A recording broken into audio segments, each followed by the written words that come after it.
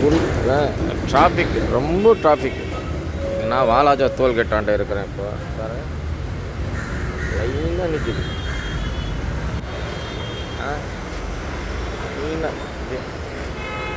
அந்த சைடு கூட டிராஃபிக்காக இருக்கு.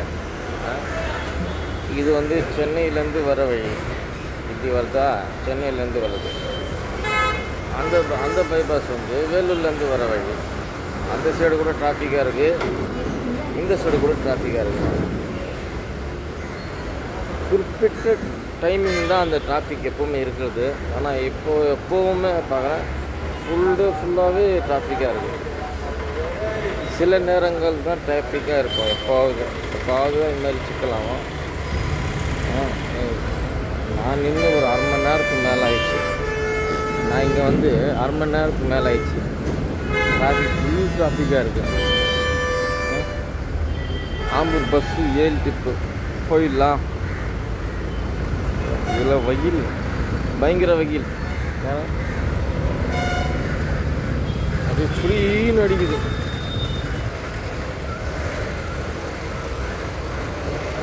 இன்றைக்கி வெள்ளிக்கிழமை வேறு. ஆம்பூரில் போய் நமாஸ் படிக்கணும்னு சொல்லி நான் போகணும். சீக்கிரமாக போனால் தான் முடியும்.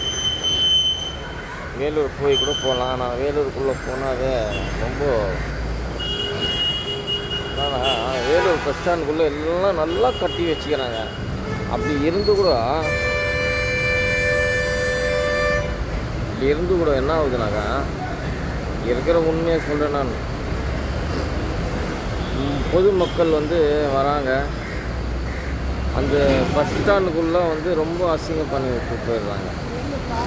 ஏன்னா நம்ம கவர்மெண்ட் நம்மளுக்கு கற்றுக் கொடுத்த பஸ் ஸ்டாண்ட் அது.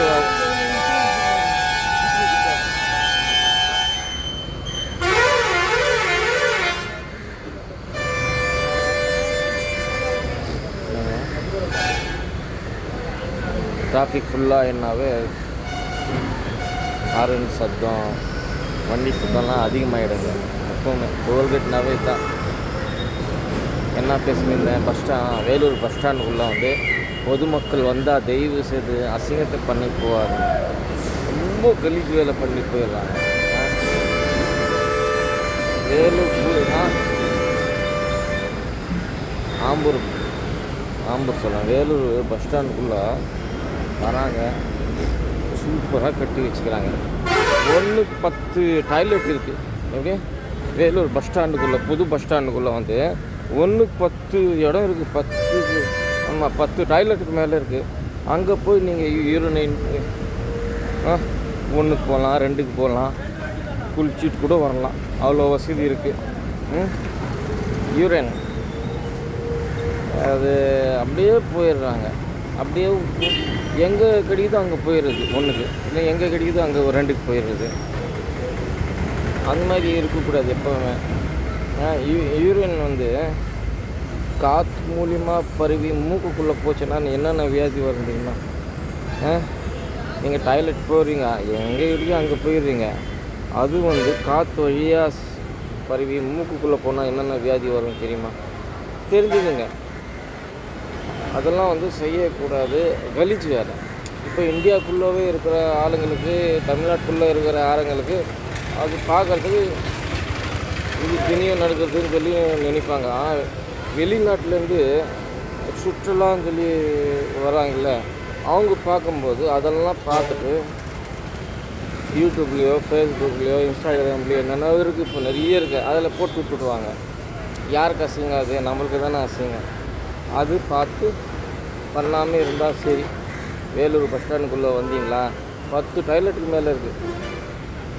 ஆமாம், 1 2 எண்ணினே போகலாம். அதில் அந்த டாய்லெட்டுக்குள்ளே குளிக்கிறதுக்கு வேறு வசதி பண்ணி வச்சுக்கிறாங்க தெரியுமா? அவ்வளோ வசதி பண்ணி வச்சுக்கூட அந்த பஸ் ஸ்டாண்டுக்குள்ளே கலீஜ் வேலை பண்ணிடுது. பஸ்ஸு எடுத்துகிட்டு அப்படியே வெளியே வராங்க. பஸ் வரும்போது மூக்கு அப்படியே பிடிச்சிக்கணும். அவ்வளோ காட்டு மூத்திரம் ஐயோப்பா, அவ்வளோ வாசனை. மூக்கு அப்படியே முட்டும், அவ்வளோ வாசனை. இதெல்லாம் நீங்களாக பார்த்து தான் முடிவு பண்ணணும், சரிங்களா? சொல்லக்கூடாது. அரசாங்கம் நல்லா கட்டிக்கிறாங்க வேலூர் பஸ் ஸ்டாண்ட். 10 டாய்லெட் 10 இனிமே அப்படியே போகலாம். சரிங்களா? அவ்வளோ டாய்லெட் இருக்குது. அதுக்குள்ளே 1க்கு 2 போகாமல் வெளியே போனால் கப்படிக்கல நாத்தம், வியாதி. சரி, 2வது இந்த டோல்கட்டு தான் எனக்கு ரொம்ப தலைவலியாக இருக்கும். டிராஃபிக் ஆகுது பாருங்கள், அப்படியே போவோம்.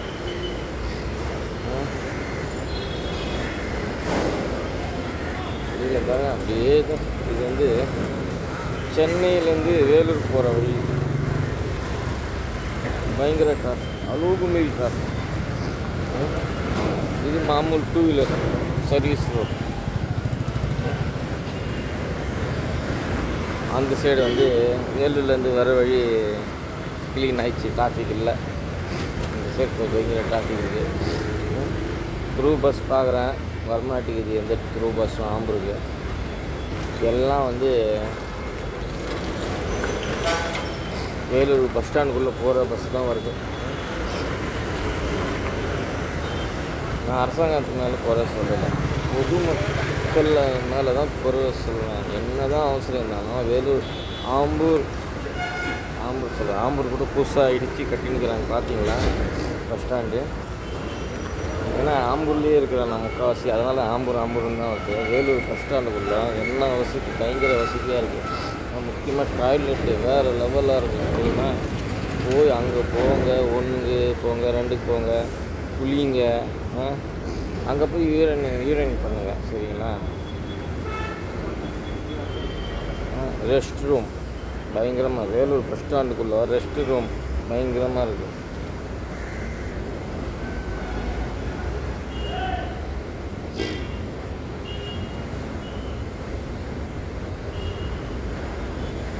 சரி, என்ன சரி தெரியல.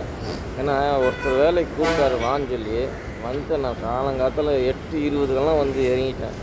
வருவார்னு பார்த்தா வரவே இல்லை. நானே ஃபோன் போட்டேன், கரெக்டாக 9:30க்கு நான் ஃபோன் போட்டேன்.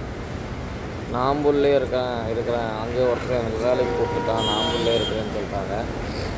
சரின்னு சொல்லி நானும் ஃபோன் பண்ணி கேட்டுக்கிட்டு நான் என்ன இங்கே இருக்கட்டுமா இல்லை வந்துட்டுமான்னு வந்துட்டுப்பான்னு சொல்லிட்டாங்க.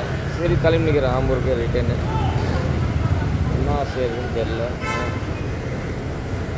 டோல்கட்டில் நின்னாவே இன்னும் நம்ம மனசு வந்து சங்கடமாக போயிட்டு. தெரிஞ்சவங்க நிறைய பேர் போவாங்க.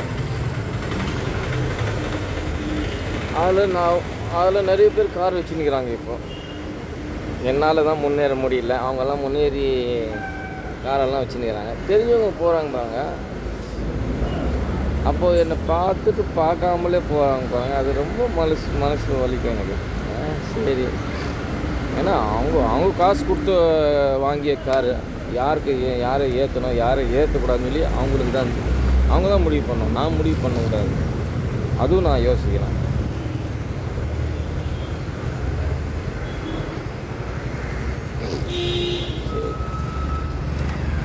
ஒருத்தர் கையாட்டார், காரக்கூர்லேருந்து தெரிஞ்சவர் கையாட்டு கையாவது ஆட்டினார ஒருத்தர். அது போட்டேன் நான் சேர்த்து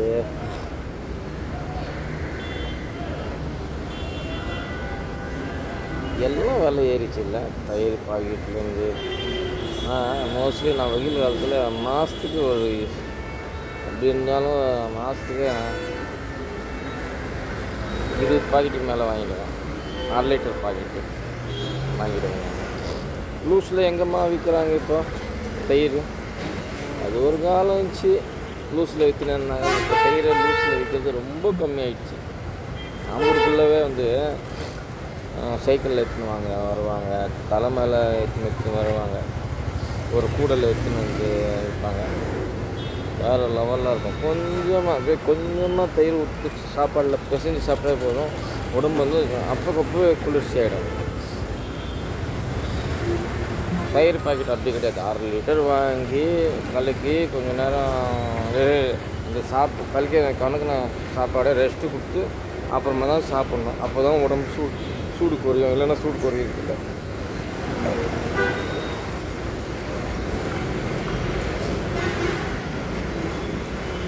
102 வந்திருக்கு. 102 பஸ் ஸ்டாண்டுக்குள்ளே போவோம்.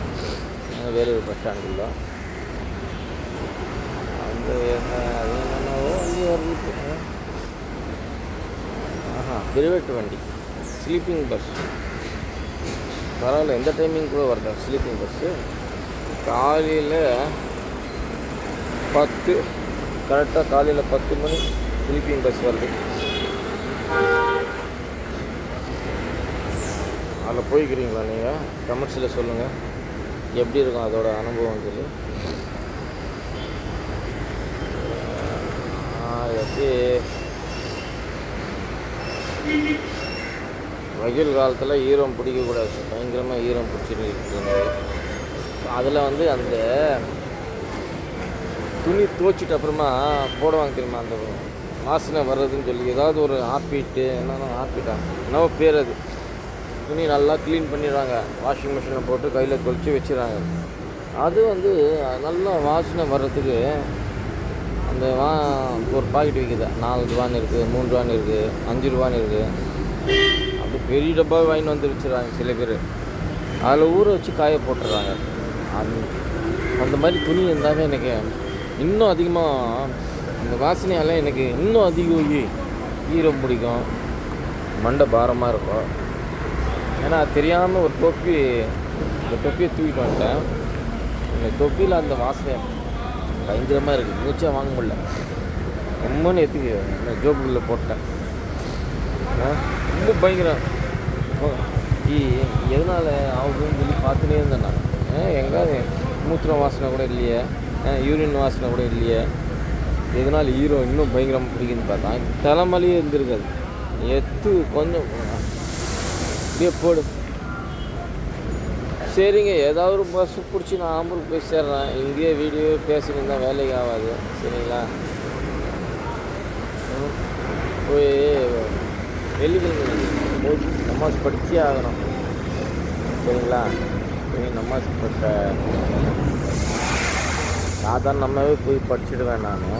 வெள்ளிக்கிழமை ஆனால் இன்னும் பேசிட்டு போய் படித்து தான் ஆகணும், சரிங்களா? கரெக்டாக எவ்வளோனா டைம் ஆகுது ஆயிடுச்சா?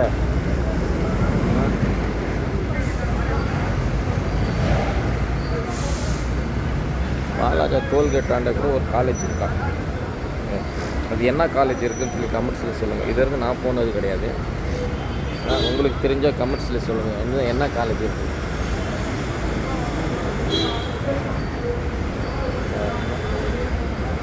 இது ஒரு பஸ் வருது, கவர்மெண்ட் பஸ், SETC. ஏன்னா எல்லாம் மூடி இருக்கிற பஸ்ஸில் நான் ஏறவே மாட்டேன் எப்பவுமே. ஏன்னா எனக்கு வந்து சைனஸ் ப்ராப்ளம். என்ன வாசனை கூட கொஞ்சமாக கூட வரக்கூடாது. வந்துச்சுன்னா போகும், உடனே அப்படியே மூக்கு மூடிக்கும், மூக்கில் வந்து தண்ணி கொட்டும், கண்ணிலேருந்து தண்ணி கொட்டும், பல பாரமாகிடும்.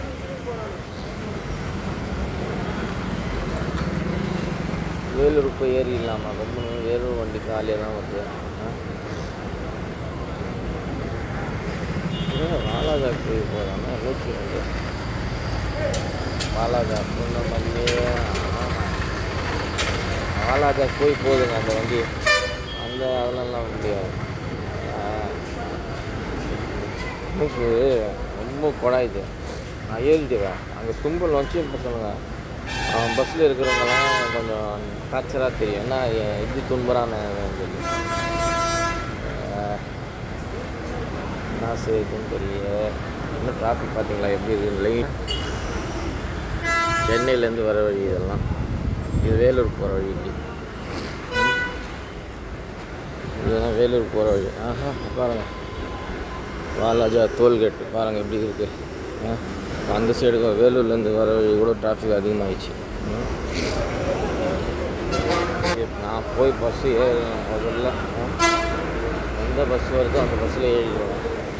அதுதான் டைரெக்டாக போகிற பஸ்ஸு தான் ஏறணும். சுற்றின்னு போகிற பஸ்ஸில் ஏறினாங்க ரொம்ப இன்னும் அலைச்சல் அதிகமாகிடும், தும்பல் அதிகமாக வரும். பூ எடுத்துன்னு போகிறாங்கன்னு நினைக்கிறேன். பூ வாசனை கூட வரக்கூடாது எனக்கு. உடனே அப்படியே அடிக்கும் மாதம். சைனஸ் ப்ராப்ளம் இருந்தாவே என்னென்ன தலைவலி இருக்குன்னா எல்லாம் பார்க்கணும். காற்றா கூட நான் காற்று மூக்கு தான் மூடின்னு போகணுன்னு நினைக்கிறேன். தெருவில் சுற்றுன்னு போனேன். சைனஸ் ப்ராப்ளம்லாம் இருக்கிறவங்க ஆம்பர் வண்டி ஒன்று வருது. பஸ் ஸ்டாண்டுக்குள்ளே போய் தான் போகணும்னு நினைக்கிறேன். இது ஏறிடலாம். இதே யோசனை தான் வேலைக்கு ஆகும் தானே. ஏறிடுறாங்க 3 நாள் எல்லாம் திறந்துருக்கு. எல்லாம் க்ளோசிங்கில் இல்லை.